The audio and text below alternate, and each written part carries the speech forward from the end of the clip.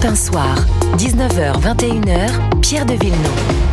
Et nous sommes ce soir avec Jean-Claude Dacier. Bonsoir mon cher Jean-Claude. Bonsoir. Chroniqueur politique, bonsoir à Jules Torres. Bonsoir Pierre, bonsoir à tous. Journaliste politique au Journal du Dimanche. Nous étions samedi matin dans le petit village de Faudoise, dans le Tarn-et-Garonne, jour de mariage entre une jeune fille de 25 ans et son futur mari de 63, alors que le cortège se dirigeait vers l'hôtel de ville. Une bagarre d'une extrême violence a éclaté. Le père de la future mariée a sauté sur son futur gendre, l'a poignardé de 7 coups de couteau. Le père ne supportait pas que sa fille de 25 ans épouse un homme de 40 ans de plus qu'elle. Bonsoir Jean-Louis Dupont. Jean-Louis Dupont, bonsoir.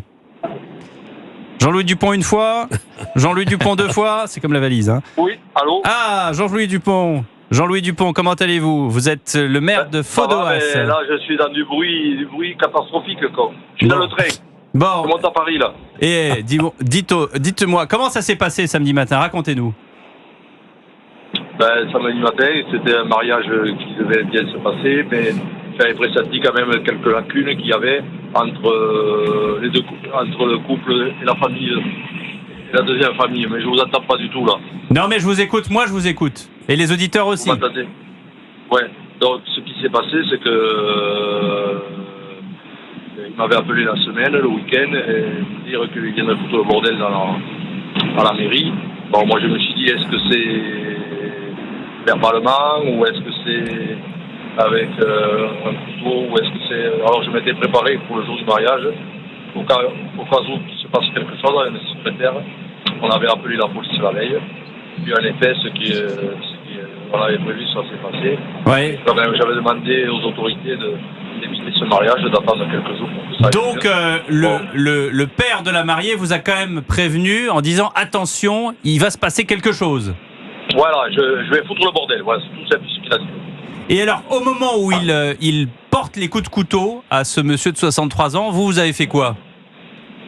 Eh bien, moi, je l'ai tourné et après, je l'ai plaqué pour le soulever le plus haut possible, comme les plaquages cathédrales de l'époque. Et puis, il est tombé sur la tête. Et puis après, là, ça a été facile pour moi parce que il avait un KO. Et dans votre carrière de maire, vous avez déjà vu ça ? Ah non, j'ai toujours eu que déjà dit. Pour moi, c'est vraiment des festivités, des balles, des marchés gourmands, du théâtre, de la danse, il y a plein de tout. L'école du village aussi, formidable. Donc c'est dommage que... Oui.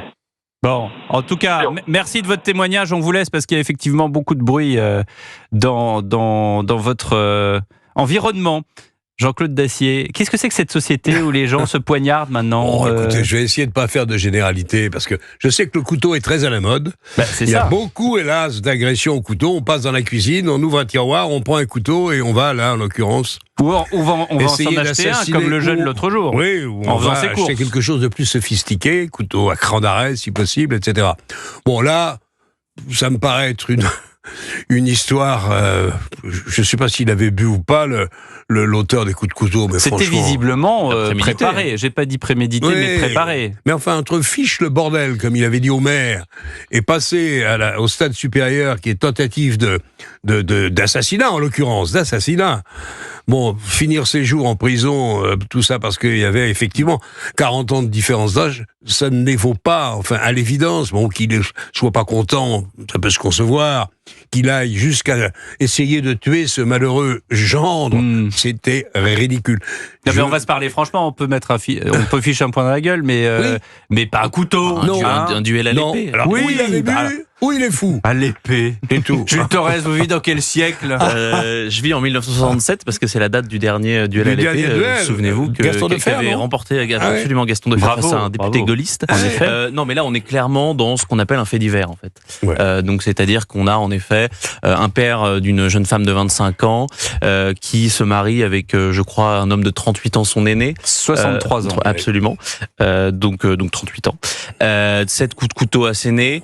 Le maire qui est un ancien international de l'équipe de France de rugby. Jean-Louis Dupont qu'on vient d'avoir. Bon, là, malheureusement, on l'entendait pas bien. Exactement, qui fait un plaquage cathédral pour empêcher que la personne dont le pronostic vital n'est plus engagé survive. Non, mais ce qu'on peut dire, c'est qu'on est dans une généralisation totale de la violence en France, où on a chaque année 362 000, je crois, coups et blessures, une augmentation de 63% depuis 2017. J'espère que non. Et que rien ne semble endiguer, malheureusement. On peut pas ne pas se dire que ce geste n'a pas été ambiancé par un climat, par une atmosphère.